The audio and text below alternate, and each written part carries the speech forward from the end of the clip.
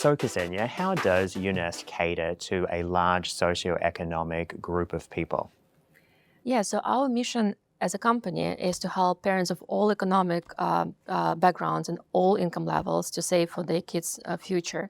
I realized that traditional financial system catering to high net worth individuals, to wealthy people, and my mission was to change that and make it accessible to a variety of parents. The way we do it is in three ways. First, simplicity. So we make it very easy, fast, and accessible to open an account. It takes only 5 minutes, and parents can start with just $25 a month.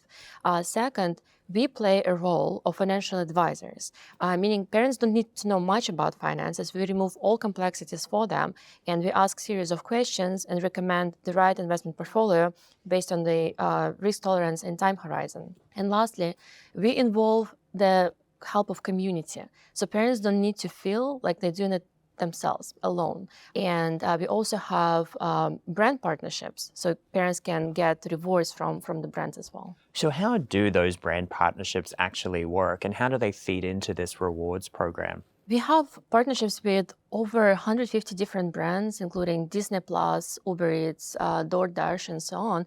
And it's structured in the marketplace. So every time when parents make a purchase through any of our brand partnerships, they get reward directly into the child's account. And that reward can be, in the range of $5 to $100 based on the type of brand. I know a lot of parents don't have a lot of extra money lying around, and they also don't have a lot of knowledge when it comes to investing, not only for themselves, but in this case, for their kids. So, what kind of features and how do you help educate them in this journey of becoming financially free and making sure that they have access to money when their kids, say, want to go to university?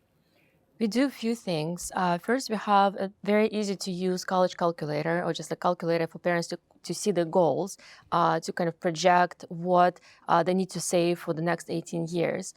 Second, we remove the barriers to entry for parents, so they can start with as low as $25 a month. All we're trying to ensure is that they make consistent contributions over the long term to save, 60,000, 100,000, or whatever they need for kids to go to college. We have the financial literacy component called UNest Learn to educate parents around important financial topics like budget, credit cards, mortgages, investing, and so on. What are some of the challenges facing parents when it comes to deciding where to put their money to invest for their kids? Parents are typically confused about types of savings account. They cannot tell a difference between traditional savings account that doesn't earn you any interest and you kind of lose the purchasing power over time. An investing account where you can actually make investment returns, and if you And look safe investments. safe investments, well, in diversified portfolio in the prudent way, which is structured for the long term. Of course, as financial advisors, we cannot guarantee what's going to happen in the future.